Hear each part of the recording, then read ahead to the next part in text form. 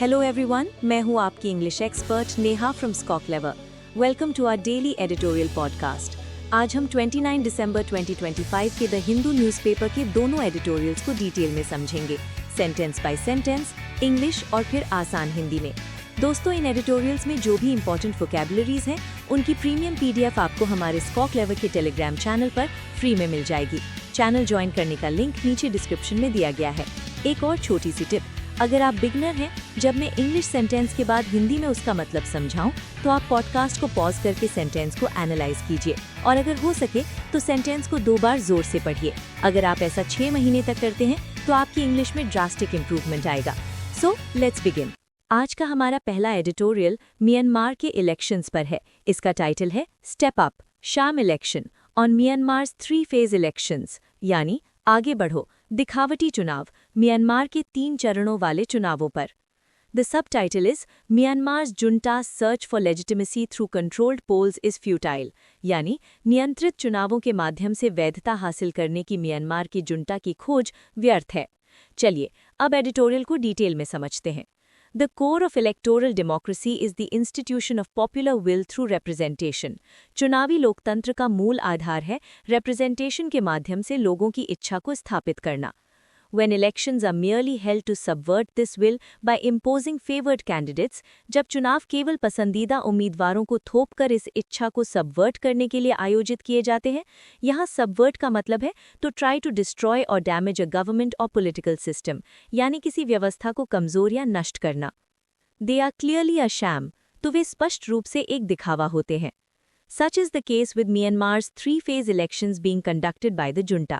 ऐसा ही मामला म्यांमार के 3 चरणों वाले चुनावों का है जो जुंटा द्वारा आयोजित किए जा रहे हैं। दोस्तों, जुंटा का मतलब होता है a military government that has taken power by force, यानी एक सैन्य सरकार जिसने बलपूर्वक सत्ता हथिया ली हो। Nearly 5 years after it upended a democratically elected government, लगभग 5 साल बाद जब उसने एक democratically elected government को उखाड़ फेंका था, and precipitated a raging civil war, और एक भीषण गृह युद्ध को जन्म दिया था।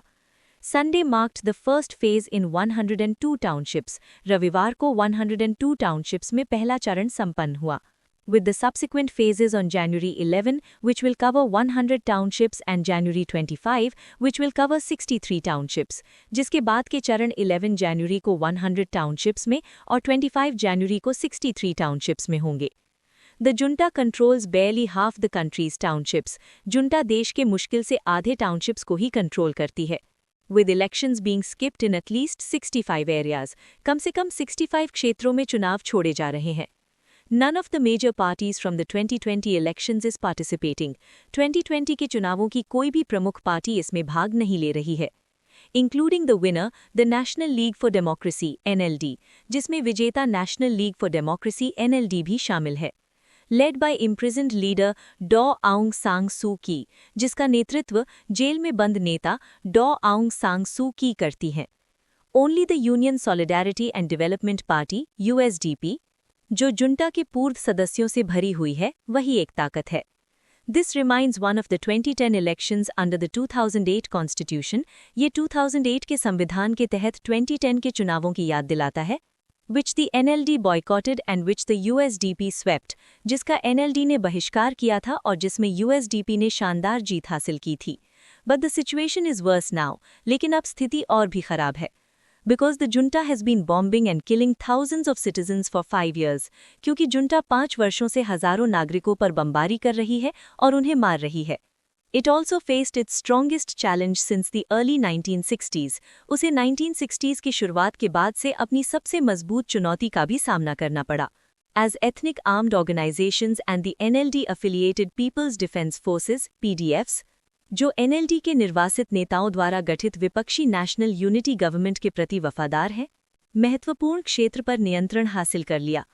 By late 2023, this coalition, armed with Chinese weapons, 2023 के अंत तक चीनी हथियारों से लैस इस गठबंधन ने शान स्टेट और राखेन में 3 ब्रदरहुड अलायंस के माध्यम से सबसे बड़ा प्रहार किया। Seizing townships along the China border, चीन सीमा के साथ लगे टाउनशिप्स पर कब्जा कर लिया। The junta, sustained by Russian and Belarusian weaponry, रूसी और बेलारूसी हथियारों के सहारे टिकी हुई junta, was on the back foot until China changed tack in 2025. 2025 में चीन द्वारा टैक बदलने तक बैकफुट पर थी। यहाँ टैक का मतलब है a different way of dealing with a situation, यानी किसी स्थिति से निपटने का एक अलग तरीका या रणनीति। Prioritizing its geo-economic interests, particularly access to the Indian Ocean. चीन ने अपने भू-आर्थिक हितों, विशेष रूप से हिंद महासागर तक पहुंच को प्राथमिकता दी। Beijing pressured the TBA to cease hostilities. Beijing ने TBA पर शत्रुता समाप्त करने का दबाव डाला। And return control to the junta, which two groups reluctantly did earlier this year. और नियंत्रण जुंटा को वापस सौंपने को कहा, जो दो समूहों ने इस साल की शुरुआत में अनिच्छा से किया।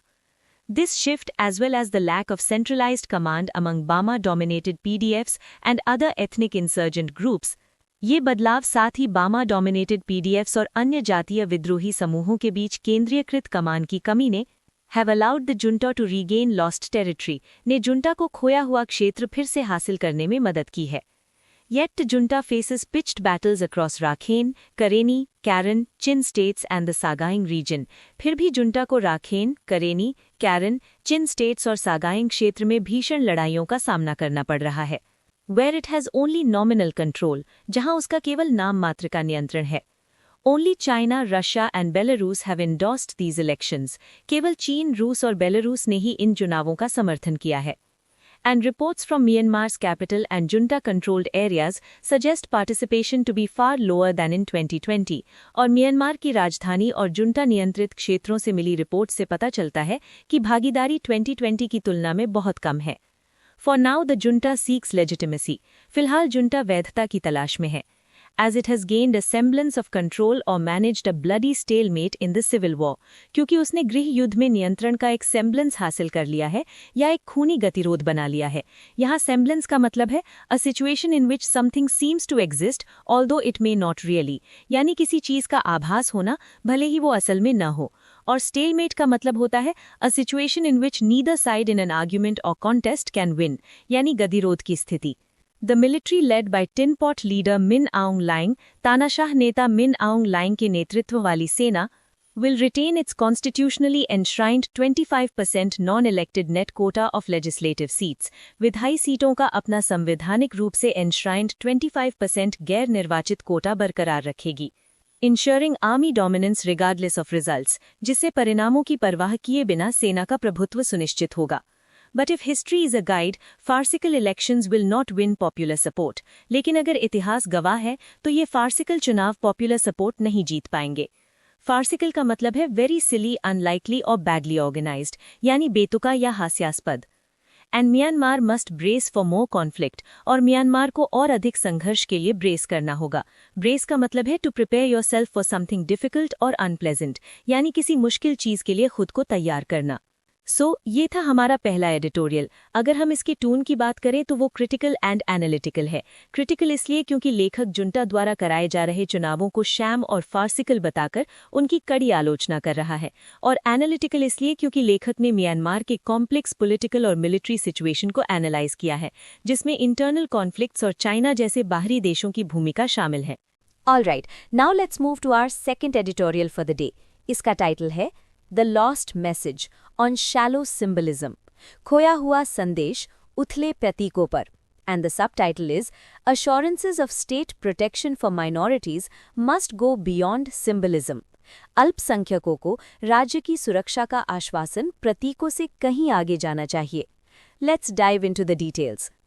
Prime Minister Narendra Modi's participation in a Christmas morning service on December 25 दिसंबर को क्रिसमस मॉर्निंग सर्विस में प्रधानमंत्री नरेंद्र मोदी की भागीदारी at the Cathedral Church of the Redemption in the national capital में Cathedral Church of the Redemption में was one that was noticed globally. एक ऐसी घटना थी जिस पर दुनिया भर में ध्यान दिया गया। Mr. Modi has hosted or visited Christian leaders or institutions during festivals. Mr. Modi ने त्योहारों के दौरान ईसाई नेताओं या संस्थानों की मेज़बानी की है या दौरा किया है। But taking part in a complete worship service at a church was a first for him. लेकिन एक चर्च में पूरी पूजा सेवा में भाग लेना उनके लिए पहली बार था। Mr. Modi also shared greetings and good wishes for peace, compassion and harmony on his social media account. Mr. Modi ने अपने सोशल मीडिया अकाउंट पर शांति, करुणा और सद्भाव के लिए बधाई और शुभकामनाएं भी साझा की। Invoking the teachings of Jesus Christ, Isa Masih की शिक्षाओं का आह्वान करते हुए। Amid numerous reports of intimidation and violence against Christians during the Christmas season and even prior to that, Christmas के मौसम में और उससे भी पहले ईसाइयों के खिलाफ धमकी और हिंसा की कई रिपोर्टों के बीच, mister मोदी's church visit was meant as a gesture of reassurance for the minority community in India's diverse social landscape. Mister Modi का चर्च जाना भारत के विविध सामाजिक परिदृश्य में अल्पसंख्यक समुदाय के लिए आश्वासन के एक इशारे के रूप में था। Such symbolism of governors participating in diverse traditions has been a feature of political pragmatism. विभिन्न परंपराओं में भाग लेने वाले राज्यपालों का ऐसा प्रतीकवाद राजनीतिक व्यावहारिकता की एक विशेषता रही है और साथ ही उस समन्वयवाद का एक वास्तविक प्रतिबिंब भी है जो भारतीय राष्ट्रवाद की विशेषता है। The RSS, Mr. Modi's ideological cradle, RSS, जो मिस्टर मोदी का वैचारिक क्रेडल है, क्रेडल का मतलब है the place where something important began, यानी किसी महत्वपूर्ण चीज का उद्गम स्थल, has long considered Christianity and Islam as foreign to India. लंबे समय से ईसाई धर्म और इस्लाम को भारत के लिए विदेशी मानता रहा है। However, in recent years, it has sought to include these faiths also in its notion of national identity. हालांकि हाल के वर्षों में इसने इन धर्मों को भी अपनी राष्ट्रीय पहचान की धारणा में शामिल करने की कोशिश की है। And Mr. Modi's participation in the Christmas worship could be seen as yet another step towards moderation and tolerance. और क्रिसमस पूजा में मिस्टर मोदी की भागीदारी को संयम और सहिष्णुता की दिशा में एक और कदम के रूप में देखा जा सकता है। But if that indeed is the message that Mr. Modi wants to convey, he needs to do it stronger and clearer for state governments and police forces under the control of his party to hear. तो उन्हें इसे और अधिक मजबूती और स्पष्टता से करने की जरूरत है ताकि उनकी पार्टी के नियंत्रण वाली राज्य सरकारें और पुलिस बल इसे सुन सकें।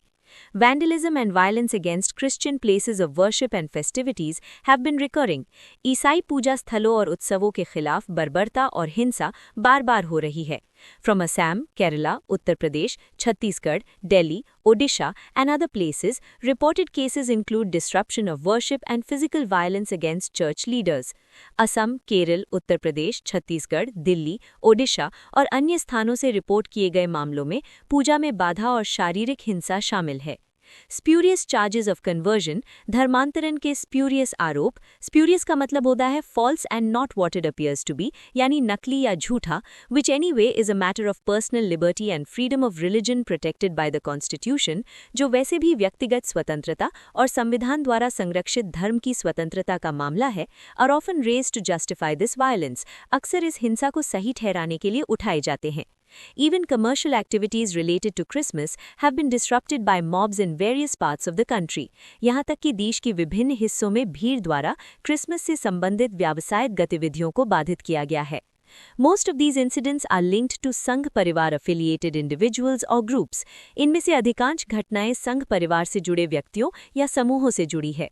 Even after Mr. Modi's Christmas message, no meaningful police action has followed against the mobs that indulged in the violence. Mr. Modi के क्रिसमस संदेश के बाद भी हिंसा में लिप्त भीड़ के खिलाफ कोई सार्थक पुलिस कार्रवाई नहीं हुई है। On the contrary, intimidation and threats of violence against Christians and Muslims have continued. इसके विपरीत ईसाइयों और मुसलमानों के खिलाफ धमकी और हिंसा की धमकियां जारी हैं, including BJP leaders, जिसमें भाजपा नेता भी शामिल हैं। All this points to the inadequacy of the symbolism of Mr. Modi's church visit. ये सब मिस्टर मोदी के चर्च दौरे के प्रतीकवाद की अपर्याप्तता की ओर इशारा करता है। It would have been meaningful had the troublemakers and the law enforcers been sent the message. ये सार्थक होता अगर उपद्रवियों और कानून लागू करने वालों को संदेश भेजा गया होता। There is no sign of that. इसका कोई संकेत नहीं है। And that means the BJP either does not want to or cannot do anything more than shallow symbolism in favor of pluralism in India.